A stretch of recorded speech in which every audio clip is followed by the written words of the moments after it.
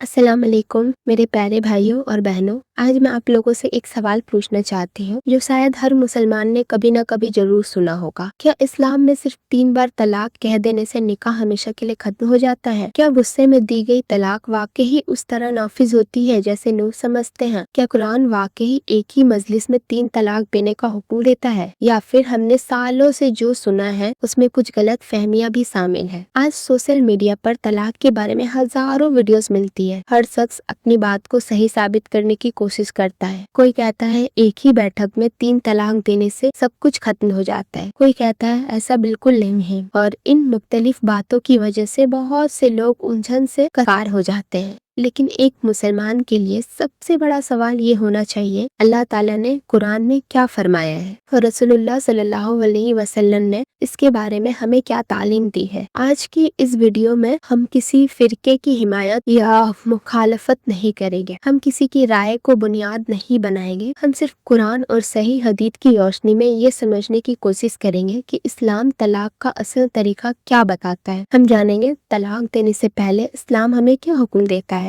मेरे प्यारे भाइयों और बहन, इस्लाम में तलाक को पहला हल नहीं बल्कि आखिरी रास्ता रखा गया है। निकाह एक पाक और मजबूत रिश्ता है, इसलिए कुरान हमें सिखाता है कि जब शौहर और बीवी के दरमियान इख्तिलाफ पैदा हो तो सबसे पहले सुलह और इस्लाह की कोशिश करनी चाहिए। या जल्दबाजी में तलाक का फैसला करना इस्लाम की तालीम नहीं है। अल्लाह ताला ने कुरान में इरशाद फरमाया कि अगर मियाँ बीवी के दरमियान झगड़ा बढ़ जाए और सुलह मुश्किल लगने लगे तो दोनों खानदानों से एक एक इंसाफ पसंद शख्स को हकाम बनाया जाए। अगर दोनों सुलह चाहेंगे तो अल्लाह ताला उनके दरमियान मोहब्बत और मेल मिलाप पैदा कर देंगे। इसका मतलब ये है कि इस्लाम सबसे पहले रिश्ता बचाने की कोशिश करता है। शौहर और बीवी को एक दूसरे की बात समझनी चाहिए, माफ करना चाहिए और सब्र से एक काम लेना चाहिए। कभी कभी एक छोटी सी गलत फहमी या गुस्सा का लम्हा पूरी जिंदगी का पछतावा बन सकता है। रसूलुल्लाह सल्लल्लाहु अलैहि वसल्लम ने भी हमें गुस्से पर काबू रखने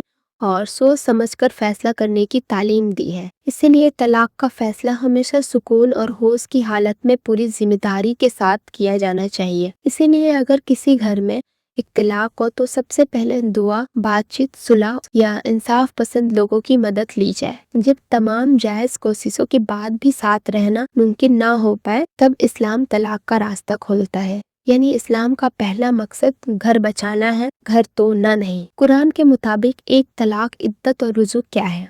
जब सुलह की तमाम कोशिशों के बाद भी साथ रहना मुमकिन ना हो सके तब इस्लाम तलाक का रास्ता देता है। अल्लाह ताला कुरान में हुक्म देते हैं कि तलाक इद्दत का ख्याल रखते हुए दी जाए। एक तलाक देने के बाद निकाह फौरन खत्म नहीं हो जाता, औरत इद्दत गुजारती है। कुरान के मुताबिक इद्दत के दौरान शौहर और बीवी को अपना फैसले पर दोबारा गौर करने का मौका दिया गया है। अगर दोनों सुलह करना चाहें तो शौहर रुजू कर सकता है और निकाह पहले की तरह बरकरार रहता है।